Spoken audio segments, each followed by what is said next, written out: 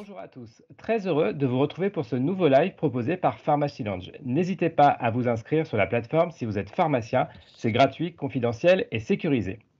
Nous allons aborder aujourd'hui le sujet de la formation initiale et continue avec l'utilisation de la simulation. Aujourd'hui, nous avons trois invités qui sont Rémi Collomb, pharmacien au CHU de Nice, Bertrand Décoda, pharmacien au CHU de Lille. Vous êtes tous les deux également membres de la SFPC et de la Sofrasim. Et Adrien Caron, étudiant et représentant de la NEF pour l'enseignement aux étudiants. Bonjour messieurs. Bonjour. Bonjour. Bonjour. Et on est également avec Aurélie Pasquier, notre responsable communication à Pharmacy Lounge, qui va nous accompagner et qui va nous poser les questions qui vont être mises dans le chat. Bonjour Aurélie.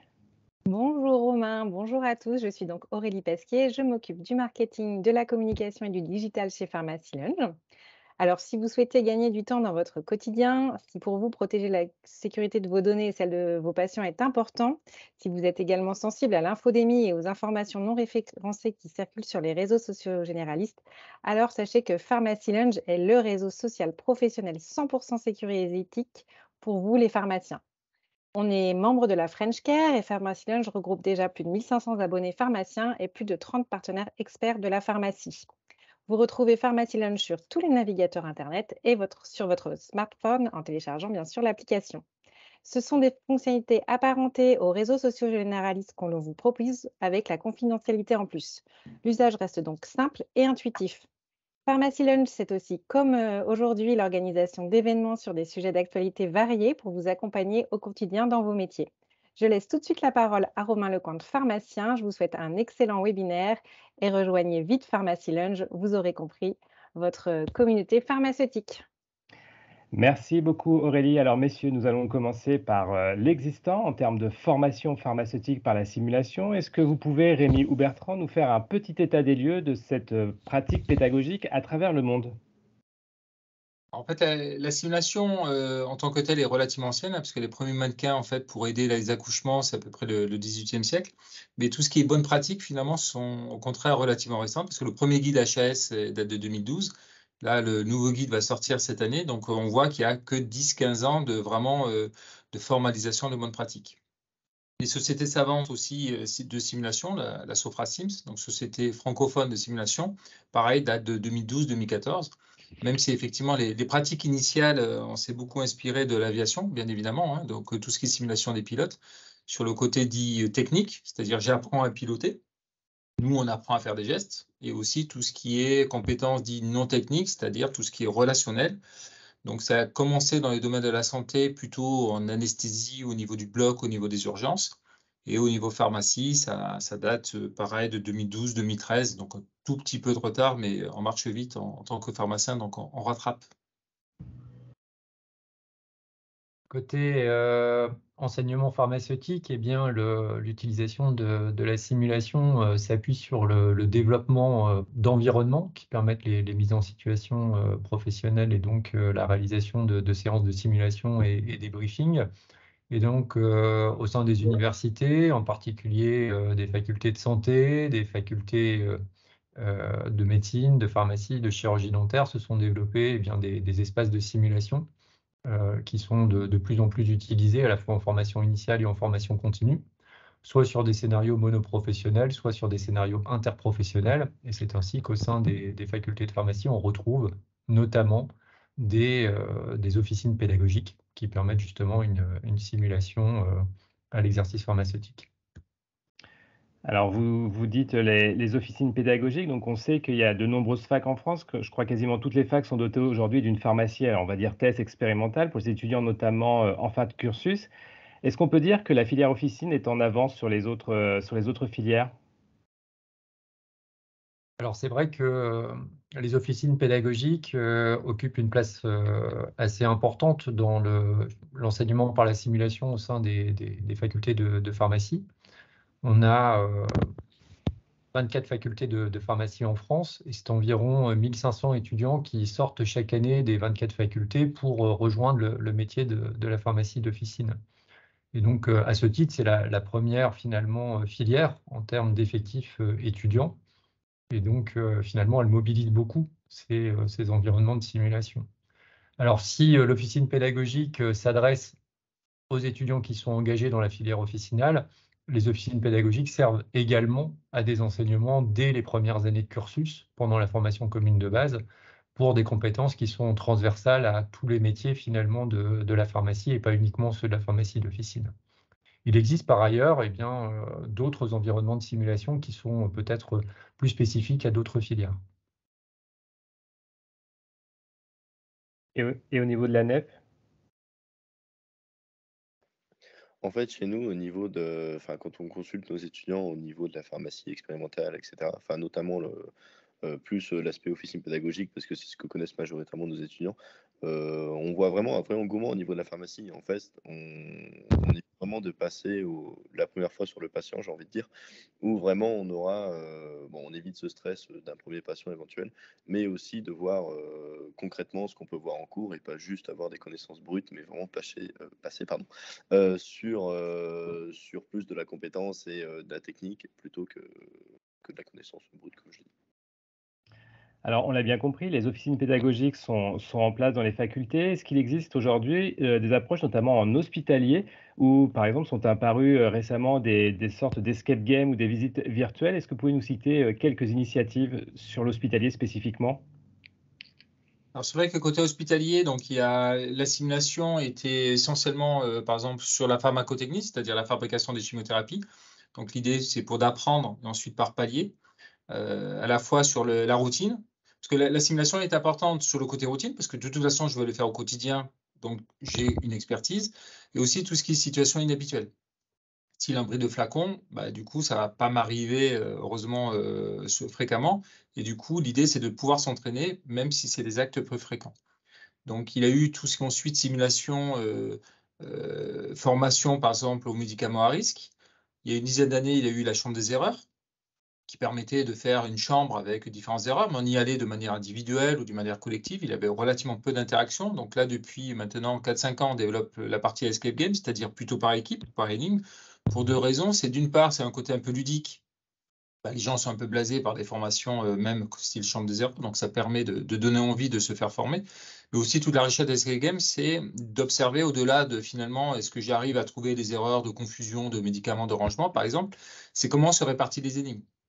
Est-ce qu'il y a quelqu'un qui prend un leadership? Comment se passent les ordres? Est-ce que, surtout quand c'est des équipes interpro, voilà, comment se passe la communication, ce qui correspond beaucoup plus à la vraie vie. Et maintenant, effectivement, il y a tout ce qui est simulation numérique, les Serious Games qui existent depuis quand même un certain nombre d'années. Donc Lille, par exemple, a fait Profitroll, peut-être que Bertrand en reparlera, donc vraiment avec tout un environnement numérique. Là, maintenant, les collègues de la DIF ont ouvert la voie il n'y a pas tout à fait 10 ans sur tout ce qui était réalité virtuelle 360. Donc, on numérise un peu comme un musée, hein, avec des quiz. Là, on a amélioré le concept. Ils sont associés, bien évidemment, avec la CPC, la SFAR, la Sofracims, avec un gros projet Simu 360 où on a numérisé un bloc opératoire avec 3 parcours, prise en charge médicamenteuse, hygiène et patient, ce qui permet ensuite de récupérer les stats pour savoir finalement si Adrien a cliqué d'abord dessus, la bonne réponse de Bertrand et ainsi de suite, ce qui permet vraiment d'être immersif, soit par écran, soit peut-être même par casque. C'est un peu un côté fun aussi, ça peut être éventuellement intéressant. Donc la partie numérique permet aussi, c'est co-efficace parce que finalement, une fois qu'on a numérisé, on peut changer relativement facilement les questions, par exemple, ce qui permet d'actualiser si la recommandation change, un nouveau médicament particulier, ce qui permet quand même d'être, je dirais, efficace. Aurélie, est-ce qu'on a des questions sur le chat? Ton micro, Aurélie. Merci. Oui, messieurs, j'ai 2 questions pour vous. Alors, ça a l'air, une pédagogie très intéressante, mais est-ce qu'elle a aussi des limites? La principale limite, c'est finalement le côté organisationnel, parce qu'en fait, en amphi, on peut être 300, en e-learning, on peut être des milliers, des millions. Là, pour que ça soit vraiment efficace, la simulation, c'est essentiellement la dernière étape, c'est-à-dire la partie débriefing, où finalement, on va reprendre ce qui s'est passé pour essayer de comprendre pourquoi on a fait ce raisonnement. Et là, du coup, il faut que ça soit des petits groupes, donc c'est 10, 15. Après, ça dépend les objectifs, mais généralement, c'est un petit nombre. Donc, du coup, par définition, surtout en formation initiale, du coup, ça va être compliqué, en tout cas, à organiser. Et là, par exemple, je pense que Bertrand a de l'expérience sur le côté formation initiale. Oui, tout à fait, Rémi, tu pointes exactement effectivement l'une des principales limites, qui est la limite organisationnelle, puisqu'il faut avoir un environnement qui soit propice à la simulation et au débriefing. Donc ça nécessite quand même une certaine installation de locaux. Et puis ensuite, une logistique qui va permettre eh bien, d'accueillir les étudiants en petits groupes. Et de ce fait, lorsqu'on a des promotions qui sont assez importantes en formation initiale, eh bien, de répéter les groupes. Et donc, ça nécessite une organisation qu'on affine ensuite d'année en année et qu'on affine d'autant mieux qu'on applique les bonnes pratiques de simulation qui sont extrêmement structurantes pour mener à bien ces projets de simulation. Merci. Alors, vous parlez de formation initiale, formation continue. Où est-ce qu'on peut se former? Alors, il existe des différentes formations, formations pour devenir formateur. Il existe plusieurs universités qui proposent des diplômes universitaires de formation par la simulation en santé. Et ces formations sont extrêmement intéressantes par la qualité méthodologique qu'elle apporte, mais aussi finalement par les publics qu'elle accueille, puisque ce sont généralement des enseignants ou des professionnels qui souhaitent monter en compétences dans le domaine de la simulation et qui viennent d'horizons différents. Et donc finalement, ça donne lieu à beaucoup de rencontres, d'échanges, ne serait-ce que sur des projets portés par chaque personne ou chaque institution au sein desquelles ces personnes peuvent travailler. Et puis, il y a également les sociétés savantes qui se positionnent. Il existe beaucoup d'ateliers maintenant au cours des congrès, et en particulier la SOFRASIMS. Et là, je vais laisser Rémi compléter ma réponse. Effectivement, donc là, on a le plaisir d'organiser le congrès annuel de la SOFRASIMS en juin. Donc là, c'est vraiment interpro avec des ateliers, des sessions plénières. Et autrement, donc la plupart des formations se font soit dans des centres de simulation, donc souvent c'est plutôt à la fac de pharmacie, fac de médecine, campus santé, parce que de plus en plus il y a des campus santé, mais de plus en plus plutôt pour le côté formation continue, on essaie de faire ce qu'on appelle la simulation in situ, c'est-à-dire que soit on dédie des salles, idéalement avec des caméras, des vidéos, des choses comme ça, comme un centre de simulation, mais qui permet la proximité, parce que finalement le professionnel, voilà, il a une demi-heure ou une heure de créneau, il va pouvoir y aller, autrement il faut qu'il aille, la fac n'est pas toujours collée vraiment à l'hôpital par rapport à ça, ou alors directement dans le service. Là, c'est encore l'idéal, et avec juste la contrainte de filmer les patients et de ne pas perturber l'acte de soins. Et je pense qu'effectivement, la réflexion se fait aussi au niveau des étudiants. Adrien en échangeait tout à l'heure sur le suivi de la formation. Peut-être 2 mots, Adrien. Dans tous les cas, au niveau de la simulation, ce sera... Bon, je vous rejoins totalement sur le fait que c'est une logistique qui doit totalement être... j'ai perdu le mot que j'avais en tête, mais qu'au niveau logistique, ça reste quand même quelque chose d'assez compliqué et que forcément, bon, c'est pas quelque chose qu'on peut étendre à un grand groupe, même si aujourd'hui, c'est, comme je redis ce que j'avais dit tout à l'heure, mais c'est quelque chose qui plaît énormément aux étudiants. Ça nous permet non seulement des approches relationnelles, mais aussi au niveau du développement des compétences ou des gestes techniques, etc.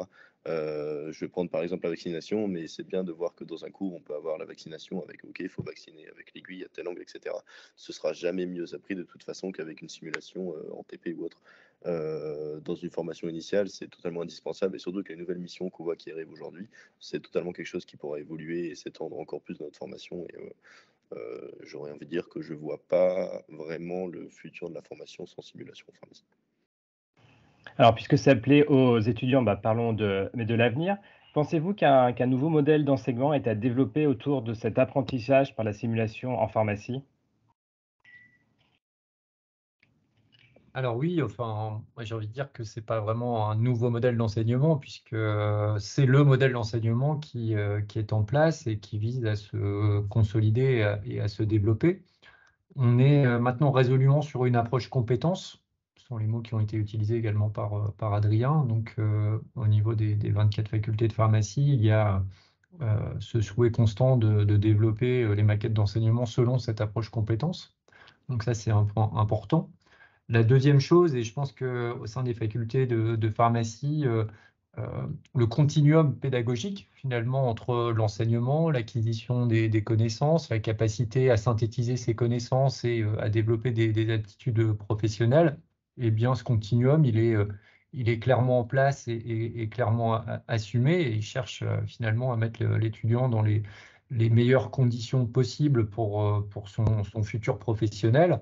Et donc, on a bien finalement les enseignements, les mises en situation professionnelle au travers de la simulation, le stage de pratique professionnelle et puis ensuite l'emploi. Donc, ce continuum, il est très, très important. Il explique aussi pourquoi il y a beaucoup d'interactions entre les enseignants des facultés, les professionnels de santé au travers de la maîtrise de stage et de l'accueil en stage, et le fait que ces mêmes professionnels de santé préparent avec les enseignants de la faculté les scénarios pédagogiques qui visent à les mettre en situation. On est d'ailleurs aussi sur finalement une approche de la formation, mais aussi une approche de l'évaluation des compétences acquises. Et ainsi, à Lille, cette année, pour la première fois, eh bien, l'examen terminal est basculé sous la forme d'ECOS qui vont permettre de faire passer les étudiants par station pour valider pour chacune des 9 unités d'enseignement eh bien, la compétence ou les compétences qui sont attachées à ces unités d'enseignement. Donc c'est encore une fois un grand défi logistique et organisationnel de mettre en place ces ECOS afin de valider les compétences acquises par les étudiants. Dernier point, on est sur des approches qui sont aussi hybrides, comme l'a dit tout à l'heure Rémi, et donc finalement est adossé à ces mises en situation et ces exercices de simulation des briefings, et bien souvent de l'enseignement à distance, de l'enseignement sur des plateformes numériques, qui permettent finalement à l'étudiant de se préparer le mieux possible à l'exercice de simulation des briefings. Adrien, rajouter quelque chose sur les étudiants, sur le futur de la pharmacie?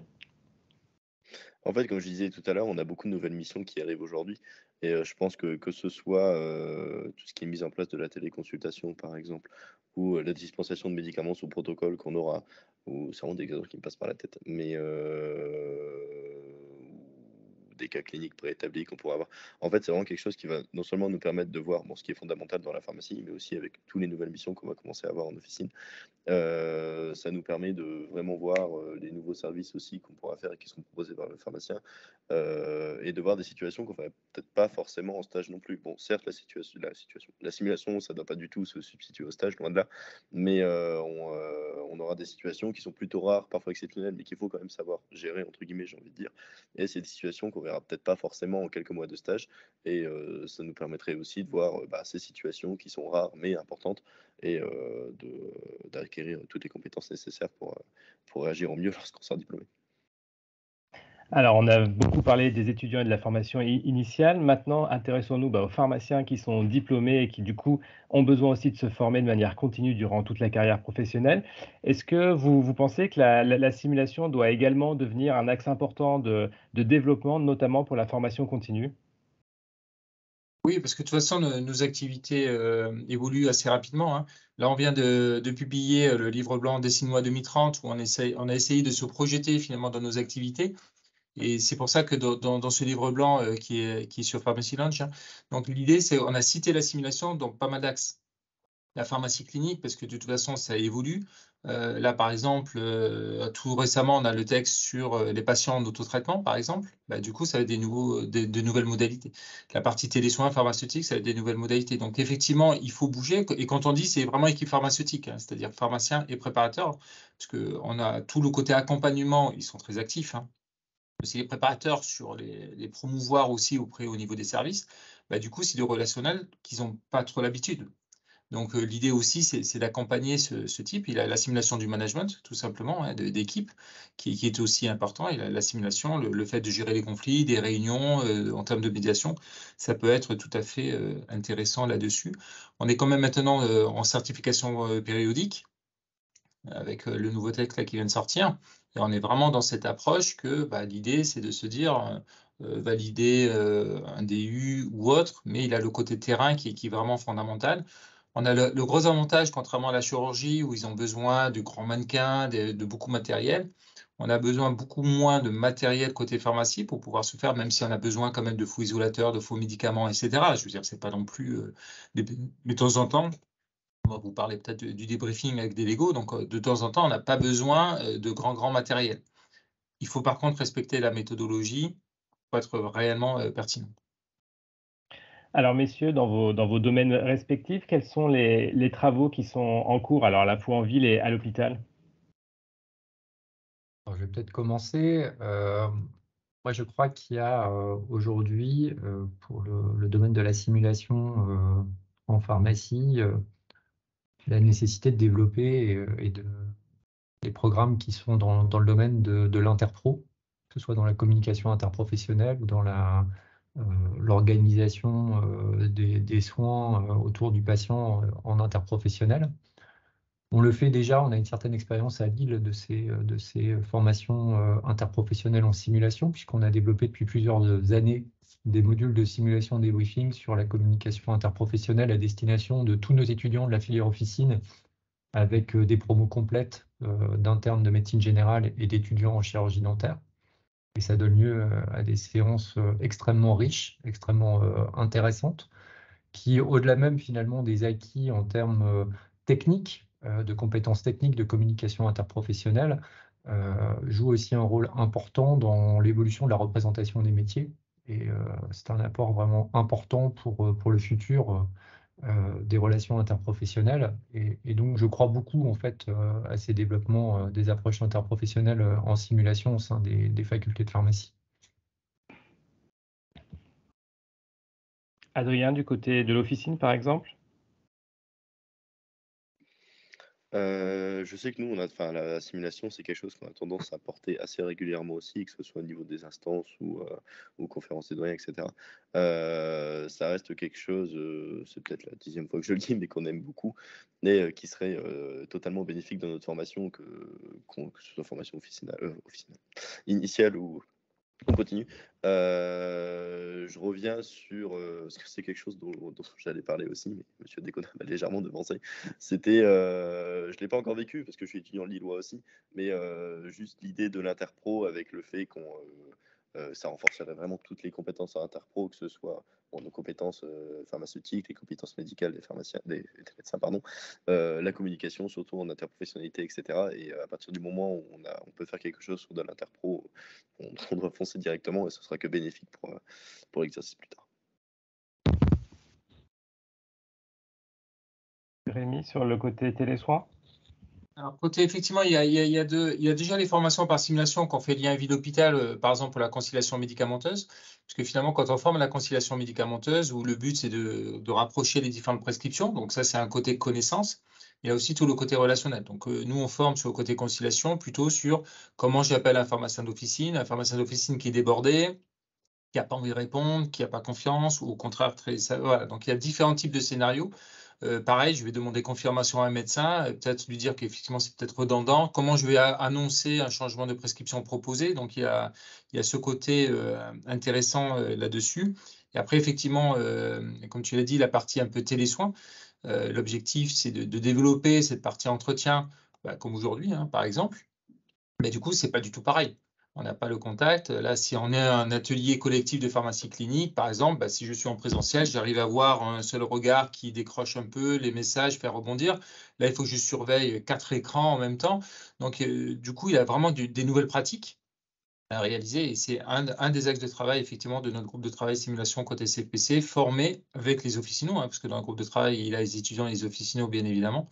Parce que l'objectif aussi, c'est de travailler ensemble. Peut-être pour le passage, Bertrand va quitter mon établissement, il va passer en ville. Toi, tu es officinal, moi, je suis hospitalier. On va faire un premier télésoin ensemble. Ça rassure le patient, parce que finalement, il voit qu'il y a une transmission d'informations. On a tous le même dialogue et la même information. Et ensuite, toi, tu reprends le patient et du coup, tu poursuis, soit en présentiel, soit au niveau de l'officine, ce qui permet aussi, maintenant, on l'a vu, hein, on parle de déserts médicaux et autres, hein, je veux dire, encore récemment à la télé. Voilà, un peu les actes de travail. Aurélie, je crois qu'on a 2 questions dans le chat.